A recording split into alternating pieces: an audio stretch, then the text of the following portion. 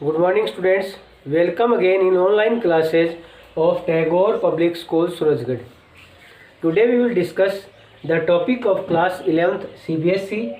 Name of the topic a photograph. First poem है photograph, उसके जो फोर्थ स्टेंजा है स्टेंजा 4, उसके बारे में हम डिस्कस करेंगे. As you know that the poet Shirley Toulson describe 3 stages in this poem. First stage, second and third. Third stage related to fourth stanza. It means यानी जो स्टेंजा 4 है वह तीसरी स्टेज से रिलेटेड है. थर्ड स्टेज में poet Shirley टोल्सन remembers her mother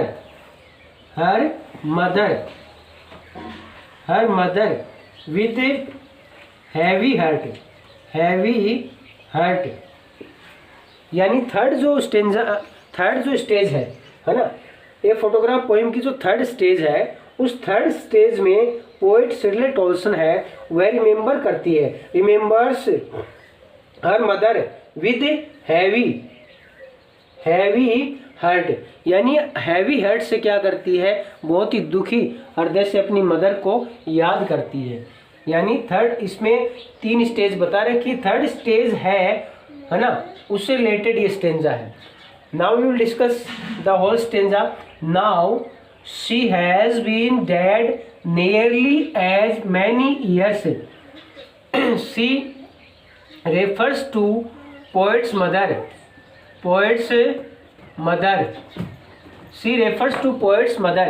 It means poet's mother has been dead nearly as many years.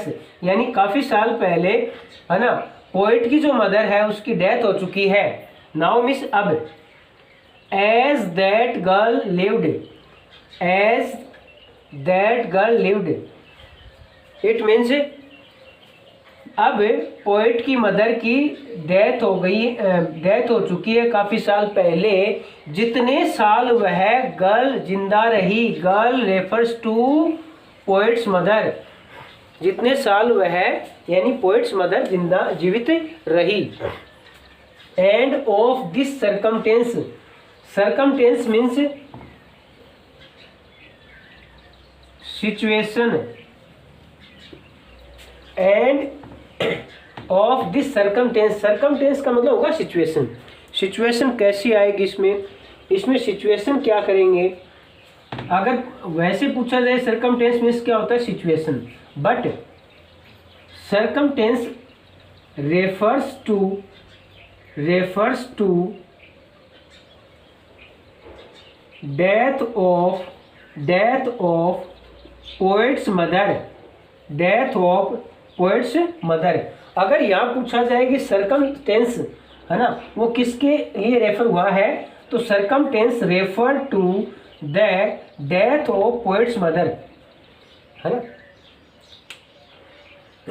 And of this सर्कमटेंस यानी आपको अभी बताया है डेथ ऑफ पोएट्स मदर, यानी पोएट्स मदर की डेथ की जो परिस्थितियां थी है ना. देयर इज नथिंग टू से, कहना बड़ा मुश्किल है. एट ऑल यानी end of this circumstance there is nothing to say at all.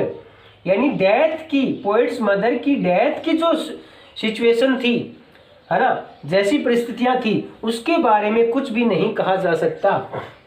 It's silences है ना, मतलब कुछ कह पाना संभव नहीं है. फिर भी जो साइलेंस है वो क्या, डीपर साइलेंस, मतलब और ज़्यादा शांतिमय वातावरण बनाएगी है ना. इट मीन्स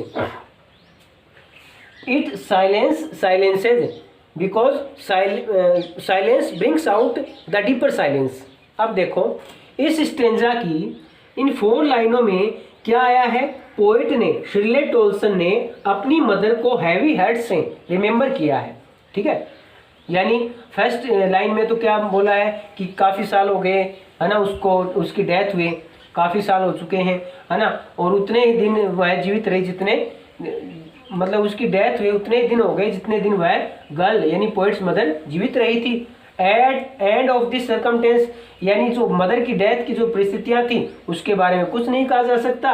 और silence brings out deeper silence, तो कहने का मतलब क्या है, इन 4 लाइन्स में पोएट शिरलेट ओल्सन है वह रिमेंबर करती है, क्या करती है, रिमेंबर, किसको, हर मदर को, किसको, हर मदर को, कैसे, with heavy heart, heavy heart, बड़े हैवी हार्ट से अपने मदर को रिमेंबर करती। Now we will discuss the textual questions and also the important question. Now we will discuss the important question of a photograph poem. Important question में जो हमारी text book की exercise है उससे रिलेटेड भी हैं, और भी आपको क्वेश्चन दिए जाएंगे जिससे आपको हेल्प हो जाएगी, ठीक है। मान लो कोई किसी बच्चे के पास बुक नहीं है तो भी हेल्प मिल जाएगी उसको। व्हाट, देखो first question, what does the cardboard, the word cardboard denote in the poem. इस पोएम में कार्डबोर्ड जो वर्ड है वो क्या डिनोट करता है, समझ गए ना। देखो यहाँ पर प्रेजेंट सिंपल की बात हुई है, प्रेजेंट सिंपल या प्रेजेंट इंडेफिनिट। देन आप क्या करेंगे, हेल्पिंग वर्ब को यहाँ से हटाएंगे ना, तो क्वेश्चन से जब आंसर बनाएंगे तो इसमें वर्ब में एस जोड़ देंगे, ठीक है। ये क्या है, इंटेरोगेटिव, और आपको आंसर बनाएंगे मान लो अफर्मेटिव में, है ना, तो क्या हो जाएगा, द वर्ड, आंसर कैसे बनेगा, द वर्ड कार्डबोर्ड, इसमें एस ऐड कर देंगे, क्या कर देंगे, एस को, तो कैसे बनेगा, the word cardboard denotes in this poem A part of a frame of the photograph which contains the 3 images, है ना। फर्स्ट इमेज किसकी थी, poets mother, poet's mother, second किसकी थी, कजन, बेटी और डॉली, ये समझ गए ना। जब यहां से हेल्पिंग वर्ब को हटाएंगे तो इसमें मतलब वर्ब में एस जोड़ देंगे। तो कार्डबोर्ड, इस पोएम में कार्डबोर्ड किसके क्या डिनोट कर रहा है, यानी एक पिक्चर है, यानी एक फ्रेम है। ये जो फ्रेम है ना, फ्रेम है ना, इस फ्रेम के अंदर कुछ पिक्चर है, यानी एक तस्वीर है, उसमें पोएट्स मदर, बेटी एंड डॉली, यानी पोएट्स मदर की कजन, उसकी जो फोटो है उसको एक फ्रेम के रूप में और पिक्चर के रूप में लगा रखा है। और फर्स्ट क्वेश्चन में सेकंड क्या पूछ रखा है, व्हाई हैज दिस वर्ड, यानी कार्डबोर्ड जो वर्ड है ना, वो why has this word been used, क्यों यूज किया गया है। तो देन आप क्या करेंगे, इसको वाई है तो रीजन बताना पड़ेगा, हेल्पिंग वर्ब को किसके बाद में, इसके बाद में रखेंगे। तो this word cardboard has been used, है ना, बिकॉज, है ना, it is an ironical situation, ठीक है, आयरोनिकल सिचुएशन को रेफर करने के लिए। It's use in the poem is ironical. Next, what has camera captured. आप देखो WH वर्ड को यहाँ से इरेज किया, आंसर कैसे बनाएंगे, WH वर्ड तो हट जाएगा इंटेरोगेटिव से, है ना, जब अफर्मेटिव आंसर बनेगा। और हेल्पिंग वर्ब को किसके बाद में रखेंगे, सब्जेक्ट के बाद में, तो ये कैमरा क्या हो गया, subject. Camera has captured all the 3 girls, है ना, paddling on the sea beach. First picture poet's mother, second उसकी जो कजन थी बेटी एंड डॉली, ठीक है। यानी कैमरे ने क्या कैप्चर किया, यानी सी बीच के ऊपर पोएट्स मदर और कजन सी बीच के ऊपर गए थे समर हॉलीडेज को एंजॉय करने के लिए, तो उस कैमरे ने क्या कैप्चर किया। आपको ये ध्यान रखना है, ये नहीं पूछा है हु कैप्चर्ड द पिक्चर, है ना, ऐसा नहीं पूछा है कि कैमरे ने क्या कैप्चर किया, तो आप ये बताएंगे कैमरे ने इन तीनों की जो पिक्चर है उसको कैप्चर किया, और किसके द्वारा किया गया, बाय अंकल, ठीक है।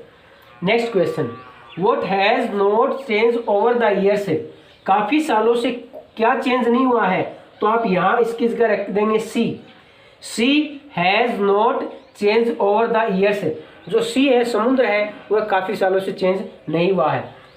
Does this suggest to you, क्या यह आपको कुछ सजेस्ट करता है? यह सजेस्ट क्या करेगा? आपको बताया कि ह्यूमन बीइंग है वो तो क्या ट्रांजिएंट है, ठीक है, बट सी है जो नेचर की थिंग है वो ट्रांजिएंट नहीं है। Does this suggest to you, आपको ये क्या सजेस्ट करता है कि सी चेंज नहीं हुआ काफ़ी सालों से, है ना? तो ये आपको क्या सजेस्ट करता है? बिकॉज ये क्या है, सी है तो सी की नेचर की थिंग्स है ना?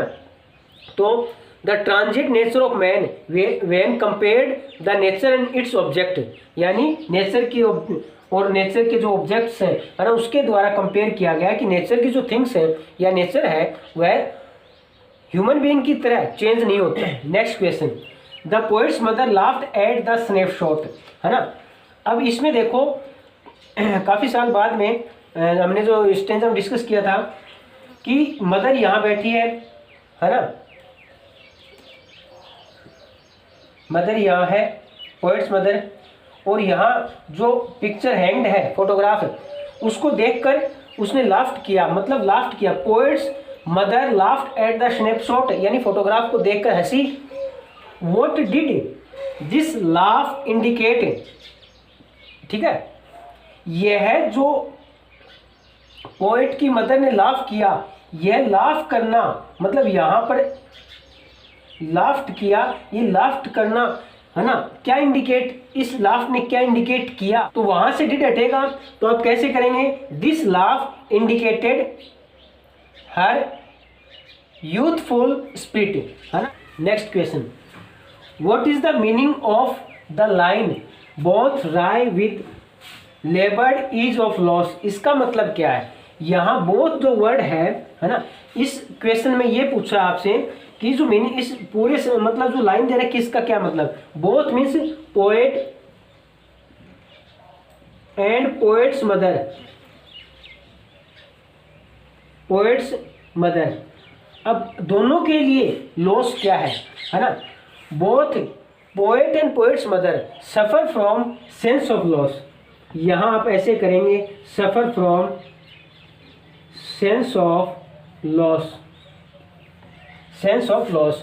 Both poet and poets mother suffer from sense of loss, यानी मदर के लिए तो क्या है, उसके जो सी हॉलीडे वो पास्ट थिंग बन चुका है, ठीक है। पोएट के लिए, पोएट के लिए जो लॉस क्या है, इसकी मदर की जो स्माइल है ना, वो पास्ट थिंग बन चुका।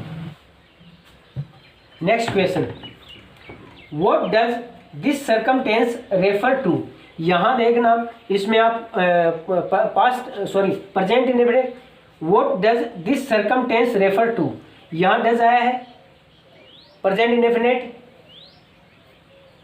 डज को यहाँ से हटाएंगे और वर्ब में एस जोड़ देंगे, आंसर बनाएंगे तब, तो क्या हो जाएगा आंसर? दिस सर्कमटेंस रेफर्स, इसमें एस ऐड कर देंगे, REFERS रेफर्स टू, है ना।